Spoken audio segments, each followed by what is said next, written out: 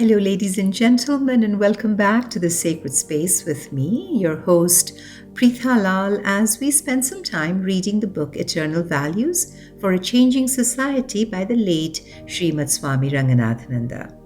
As you are aware, if you're following this podcast, the Swami was the 13th president of the Ramakrishna Matan mission, but he was also so much more. He was a scholar par excellence, a spiritual ambassador, a philosopher, and a teacher. This multi-volume treatise that I have decided to read to you through this podcast is a testament to the breadth of his knowledge and the depth of his wisdom. In this episode, we continue to read the Swami's words on science and religion as he references the Upanishads, talks about the spirit of critical inquiry in India, and then goes on to talk about some of the limitations of physical sciences through this lens of philosophy and spirituality. We will also read a little bit about the mysteries of the universe and the human being in the context of physics and biology. To think this is all the work of a monk. It is this aspect of Swami Ranganathananda ji, who is also my spiritual guru, that boggles my mind each time I read a single word in this amazing book. Let us begin. The Upanishads and the spirit of critical inquiry in India. Ever since the Upanishads, India has tenaciously held to the view of religion that makes it a high adventure of the spirit, a converging life endeavor to realize and grasp the hidden meaning of existence. Faith in India did not mean a cozy belief to rest by, but a torch to set the soul on fire with a longing for spiritual realization. In the absence of this longing and struggle, the belief of the faithful does not differ from the unbelief of the faithless. Belief with most people is simply another name for mental laziness. Religious earnestness with people of this class means, especially when organized under a militant church or a theocratic state, either the pursuit of aggressive religion proselytism or of jihads and crusades. They cannot understand the meaning of that earnestness that proceeds from an inner spiritual hunger. No dogma or creed or frenzied acts can satisfy this hunger of a religious heart. Its only bread is spiritual realization. Religion is a matter of inner experience, a coming in touch with spiritual facts, and not a matter of belief or dogma or conformity. Strengthened by the spirit of the Upanishads, no all-powerful church, therefore, rose in India to organize the faithful on the basis of dogma and creed, claiming divine authority for its opinions and judgments.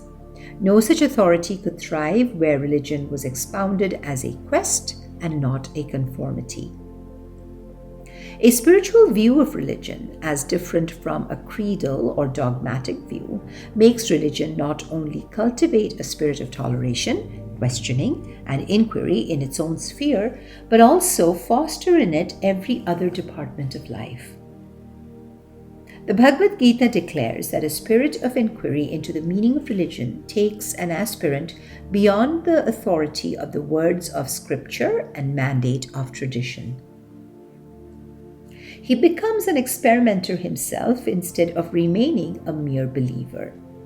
Indian religious thought emphasizes sadhana, experiment, as the dynamics of religion. It has recourse into jignasa, or inquiry, for the formulation of its views. Be it Brahma jignasa, inquiry into the nature of the Brahman, that is God as the one self of all, or dharma jignasa, or inquiry into dharma, that is social ethics and personal morality. This sublime attitude to religion and thought is the fruit of the unified view of the mental life of the human being, which India learned from her Upanishads, and which she assimilated into her mind and mood by a universal acceptance of all forms of faith and by showing due regard to all knowledge, whether sacred or secular. Vidya dadati vinayam, knowledge bestows humility. Science in the modern age has lengthened the human's intellectual tether, but this has only helped to bring into sharper focus the mystery of the unknown and the significance of the Paravidya, the higher knowledge or wisdom, of which the Upanishads speak. In the words of J. Arthur Thomson, Introduction to Science, in page 204, and the Swami quotes, "At the end of this intellectual tether, man has never ceased to become religious." Unquote. It is no wonder, therefore, that several scientists during the last few decades have been forced to overstep the limits of their science and tackle the problem of the unknown at closer quarters in a mood of humility and reverence, illustrating the dictum of Indian wisdom, Vidya dadati vinayam, or knowledge bestows humility, and the saying of Coleridge, quoted by J. Arthur Thomson in the same book as quoted above, and the Swami quotes, "All knowledge begins and ends with wonder, but the first wonder is the child of ignorance, and the second wonder is the parent of adoration." Unquote. Dogmatism and cocksureness, which stifle the spirit of free inquiry, are as much enemies of true science as of true religion. There are not wanting scientists today who would, taking a narrow view of the scope and function of science, prefer to go the dogmatic way and cry halt to advancing knowledge and unified experience. That way spells danger to science now, as it has spelt danger to religion before. A greater devotion to the spirit of free inquiry and a broader conception of the aim and temper of science is our only safeguard against such a pitfall. If the 19th century was a century of conflict and division, the 20th century bids fair to become the century of realization and union, as a result of a sincere effort on the part of both science and religion to reassess itself and to understand the other. The humility of 20th century physical science represents a sharp and welcome contrast to the cocksureness of its 19th century counterpart. It has realized that the spirit of free inquiry on which it has thrived may find expression in fields beyond its own narrow departments, and that it is this spirit, unbiased by personal attachments and aversions, that makes a study scientific, and not the mere subject matter of that study. The wider view of science as a discipline and a temper enables us to class as scientific the study of the facts of the inner world, which religion has set to itself for inquiry. And this has been the Indian approach to religion. It was the absence of this approach that made religion in the West less and less equipped to meet the challenge of advancing knowledge. Limitations of physical science. When we go deeper into the nature and scope of physical science, its limitations become apparent. To illustrate, two branches of science, namely physics, including astronomy and biology, including behavioristic psychology, have given us a vast body of knowledge regarding the nature of the universe and the human being. Up to the end of the 19th century, physics was warped in its final judgments. It saw materialism and mechanism reigning supreme in the universe. There was then a cocksureness in its pronouncements, but in the 20th century, an element of humility is discernible in the attitude of the great physicists of that age.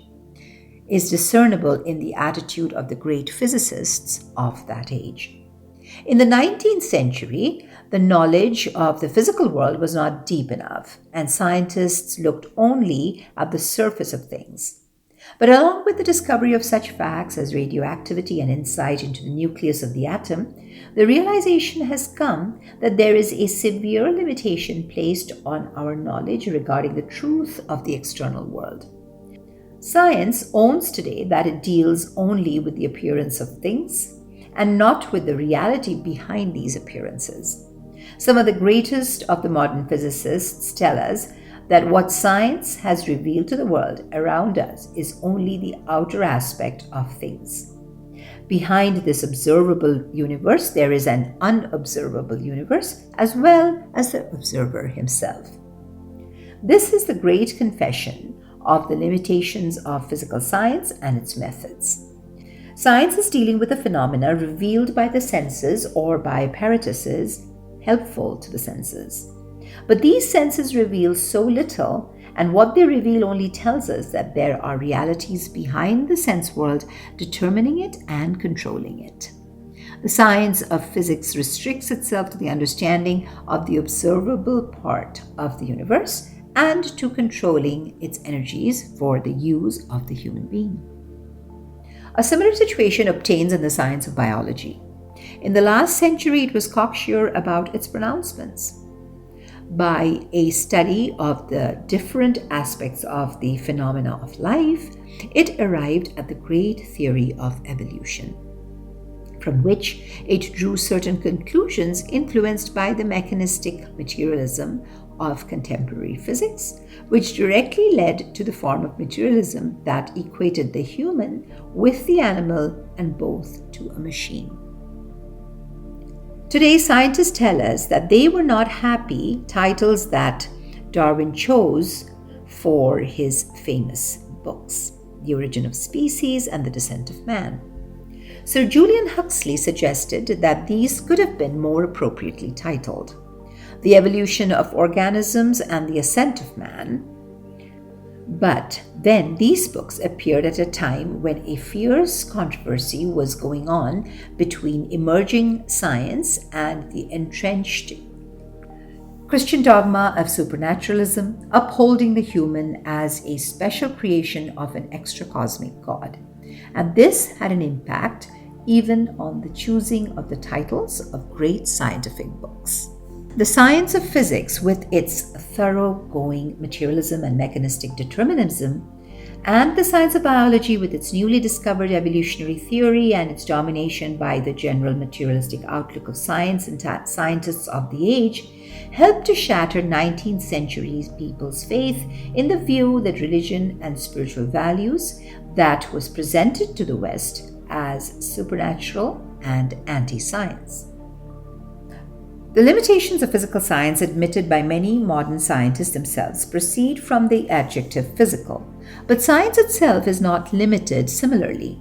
Reality may be studied but not exhausted by the physical sciences, whose limitations proceed from their dependence entirely on sense data. This limitation has been pointed out by the mathematician astronomer, the late Sir Arthur Eddington. Philosophy of physical science. Let us suppose that an ichthyologist is exploring the life of the ocean. He casts a net into the water and brings up a fishy assortment. Surveying his catch, he proceeds in the usual manner of a scientist to systematize what it reveals. He arrives at two generalizations. 1. No sea creature is less than 2 inches long. 2. All sea creatures have gills. These are both true of his catch, and he assumes tentatively that they will remain true, however often he repeats it. His generalization is perfect. His generalization is perfectly true of the class of creatures he is talking about, a selected class perhaps, but he would not be interested in making generalizations about any other class. Earlier, Eddington had said in his preface to the above book we talked about earlier, and the Swami quotes, "I am not among those who think, in the search of truth, all aspects of human experience are to be ignored, save those which are followed by physical science. But I find no disharmony between a philosophy which embraces the wider significance of human experience and the specialized volume of physical science, even though the latter relates to a system of thought of recent growth whose stability is yet to be tested." Materialism as an intruder. When physical science or scientists forget or ignore this limitation implied in the adjective physical and pronounce judgments on life as reality or a whole, it or they become dogmatic and forsake truth-seeking. One such dogma that is stifling the spirit of modern physical science is materialism, against which distinguished scientists have protested and warned. After terming materialism an intruder earlier in his agnostic Method and Results, Thomas Huxley, the agnostic and collaborator of Darwin, repudiates materialism as a philosophy of life. And the Swami quotes, "If we find that the ascertainment of the order of nature is facilitated by using one terminology or one set of symbols rather than another, it is our clear duty to use the former, and no harm can accrue, so long as we bear in the mind that we are dealing merely with terms and symbols." But the man of science who, forgetting the limits of philosophical inquiry, slides from these formulae and symbols into what is commonly understood by materialism, seems to me to place himself on a level with the mathematician who should mistake the x's and y's with which he works his problems for real entities, and with this further disadvantage as compared with the mathematician, that the blunders of the latter are of no practical consequence, while the errors of systematic materialism may paralyze the energies and destroy the beauty of life. The Swami continues with this next topic: physical science and the mystery of the universe. The universe was a mystery to the human in the primitive stage. It has not ceased to be so for civilized people, even in this 20th century. We find scientists like the late Sir James Jeans writing books on the scientific view of the universe with such titles as The Mysterious Universe. If, after all these marvelous scientific discoveries and inventions, the scientist still treats nature as profoundly mysterious, if, in spite of all the vast knowledge that he has gained, the scientist feels that he has only scratched the surface of nature, that he is yet far, far away from the heart of the problem of the universe, we have to pause and ask the question, as framed by Shankaracharya: Tatah kim? What else? What next? Guru Ashtaka. Says Sir James Jeans in his new Background of Science on page 68, and the Swami quotes here, "Physical science set out to study a world of matter and radiation, and finds that it cannot describe or picture the nature of either, even to itself. Photons, electrons, and protons have become about as meaningless to the physicist as X, Y, and Z are to a child on its first day of learning algebra. The most we hope for at the moment is to discover ways of manipulating X, Y, and Z without knowing what they are, with the result that the advance of knowledge is at present reduced to what Einstein has described as extracting one incomprehensible from another incomprehensible." Unquote. Physical science and the mystery of the human being. Even while confronted by and engaged in tackling the mystery of the external universe, modern science has become impressed with a deeper mystery, the mystery of the human being himself, the challenge of the inner world of him. His physical dimension poses no challenge to a science that has achieved revolutionary advances in its branches of anatomy and physiology, neurology and microbiology, medicine and behavioristic psychology. But these point out to a mysterious depth in him that reveals a new dimension to nature herself, namely her within, over and above her without. The human being reveals dimensions that cannot be reduced to the merely physical, the merely material. These latter are not self-aspects, which enter into the constitution of his body, which obviously is just a speck of dust in that vast world of the not-self. But there is in him also something transcendental, which cannot be so reduced. He is the self. That is his primary, inalienable aspect. And if science is to progress further, it has to choose for investigation this field of the mystery of the human, which towers over its erstwhile study, namely the mystery of the external universe. This is a vast field of study, the field of human's self-awareness, the field of his consciousness, his ego, his being the subject and not the object. Science will find here a vaster and more fascinating and rewarding field of study than in external nature. Already, scientists in the West are slowly turning their attention to this great mystery, that of man, the unknown. In the words of the American scientist, the late Alexis Carrel, apart from the man, the known, which is the subject of the positive sciences like physics, chemistry, biology, and behavioristic psychology. Physics and the mystery of the human being. The human is the creator of science and technology, culture and civilization. He is also today the only possible destroyer of his civilization. Everything about him is a mystery. As Lincoln Barnett says in his study of Einstein's contribution to modern scientific thought in the book The Universe and Dr. Einstein, pages 126-27, and the Swami quotes here, "In the evolution of scientific thought, one fact has become impressively clear. There is no mystery of the physical world which does not point to a mystery beyond itself. All high roads of the intellect, all byways of theory and conjecture, lead ultimately to an abyss that human ingenuity cannot span. For man is enchained by the very condition of his being, his finiteness and involvement in nature.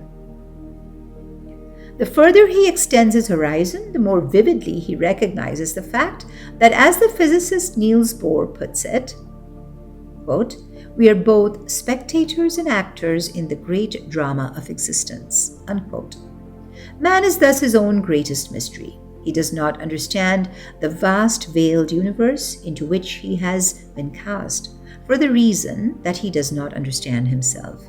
He comprehends but little of his organic processes, and even less of his unique capacity to perceive the world around him, to reason and to dream. Least of all does he understand his noblest and most mysterious faculty, the ability to transcend himself and perceive himself in the act of perception." Unquote. The Swami continues, or as expressed by the mathematician mystic Pascal, quote, "In space, the universe engulfs me and reduces me to a pinpoint. But through thought, I understand that universe." Unquote. Biology and the mystery of the universe. Pleading for the viewing of the human in his depths on the part of modern science, the eminent paleontologist, the late Pierre Teilhard de Chardin, says in The Phenomenon of Man, Collins, pages 35 and 36, published in 1959, and the Swami quotes again, "When studied narrowly in himself by anthropologists or jurists, man is a tiny, even a shrinking creature. His overpronounced individuality conceals from our eyes the whole to which he belongs. As we look at him, our minds incline to break nature up into pieces and to forget both its deep interrelations and its measureless horizons. We incline to all that is bad in anthropocentrism. And it is this that leads scientists to refuse to consider man as an object of scientific scrutiny except through his body." The Swami quotes again, "This time has come to realize that an interpretation of the universe, even a positivist one, remains unsatisfying unless it covers the interior as well as the exterior of things, mind as well as matter. The true physics is that which will one day achieve the inclusion of man in his wholeness in a coherent picture of the world." Unquote. The Swami continues again, "The Upanishads of India discovered the finite human being but as the outer crust or the layer of the infinite and immortal human being within. In his finiteness, he enters and is entered into by the finite world of myriad changes around him. In this, he is a speck of dust in the vast immensity of space in which the universe engulfs me and reduces me to a pinpoint," in the profound words of Pascal quoted above. But in his infinite dimension as the imperishable self, he understands the universe and also transcends it.